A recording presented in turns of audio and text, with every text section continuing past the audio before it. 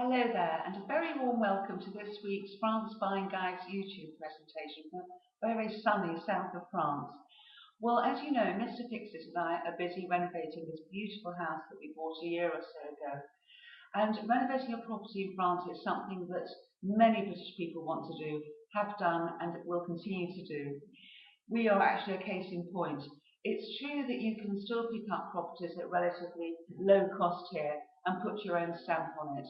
And the key to successfully renovating a property in France, I think, is to accept that there are differences. Things will be unfamiliar, not just the language. For example, we've discovered things such as pipe sizes, the electric rules, types of paint, types of wood, all these things are done differently here. Why shouldn't they be after all? So this may be frustrating to start with, but as I say, if you go with it and remember that Rome wasn't built in a day, you'll soon find that once you start to renovate, you'll find it a joy and you're working towards something that's going to be a dream, a personal dream for you. That's what we're hoping to do anyway. The French tend to look at us as something of an eccentric breed, I think, because DIY here is not, or has not been as popular as it is in the UK. Up until about 10 years ago, nobody would actually even think about it. You'd get an artisan or some sort of builder to come in and do your work for you. But it's changing now, and we can see that whilst we're here, as in the last year we've been here, you've seen many more DIY outlets opening up, and many people are wanting to do their own thing. However, it is still something that the English are renowned for here. That's why you're likely to find a lot of properties that do need renovation fairly easily. A few tips for you quickly. It's wise to find somewhere that's at least structurally sound. Remember that there are a lot of rivers in France, so you don't want to find anywhere that should be at risk of subsidence. The concept of surveys is relatively unknown here. People don't tend to get their properties surveyed as we do. This is probably because so many properties here are really ancient and they sort of take the view that if they've held up for that length of time, why bother surveying them? Having said that, I would advise to always get your property at least looked over by a reputable builder or by a surveyor. We can recommend somebody for you if you'd like that. Secondly, from an investment point of view, it's a good idea to look for somewhere either with a bit of land or at least a decent sized garden, or possibly with another outer building. This is quite common in France, a barn or some sort of little building that you can renovate at your leisure.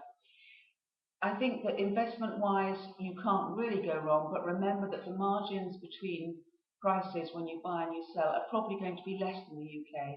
So when you do look to buy your property and you're renovating it, do it for your own satisfaction in your own life. If you make some money at a later date and plan to sell, all well and good. That'll be the icing on the cake. The next thing is to give yourself a large timeline. Everything takes a lot longer in France. Lunchtime is still fairly sacred. Pretty much everywhere closes for about 2 hours at lunchtime. But patience is a virtue and you get used to that. Just remember that however long you think it's going to take, add on about 4 or 6 weeks would be my advice, and just take the view that if you can't beat them, join them. Remember too that if you are renovating in France, you can do anything you like to the interior. You don't need to ask for permission. For example, to take a wall down, change the outlay of your property. It's only the exterior for which you're going to need permission.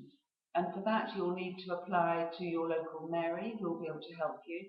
You may get away with something that is called a déclaration de travaux, which is a simpler form of planning permission. But if you're near to a church, as we are, you will need to get proper permission.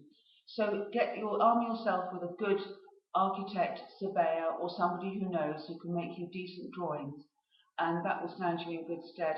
And remember to give yourself time for that too. Go to the mairie when you first get there. They're usually extremely helpful. Ask what's required, tell them who you are, where you live, ask around.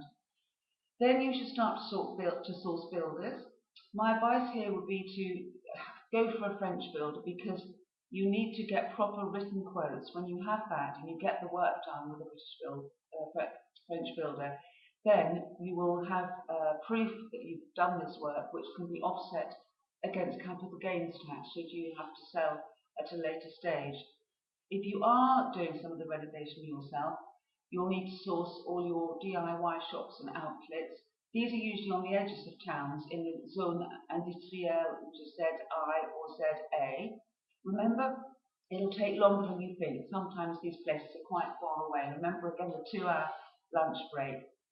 Finally, talk to people, talk to your neighbours, talk to your friends, compare stories. But let's face it, we can all do a little help for our friends. That way you can pull stories. You're bound to find other English people. They really are all over the place. Even in our little village, we have several English people, American and Canadian. So ask around, be friendly, and you'll get advice that way too. It's a great joy doing this. We're only not even halfway through our house, I don't think, but we really are enjoying the journey as we go along. I think that's the secret of it, not just to see the end result, but to love what you're doing. So that's it for this week. I wish you a very good health and hope the sun keeps shining for you. Do let me know if you need any help with your plans or if you have any topics you'd like me to cover here. Until then, I wish you bonne santé.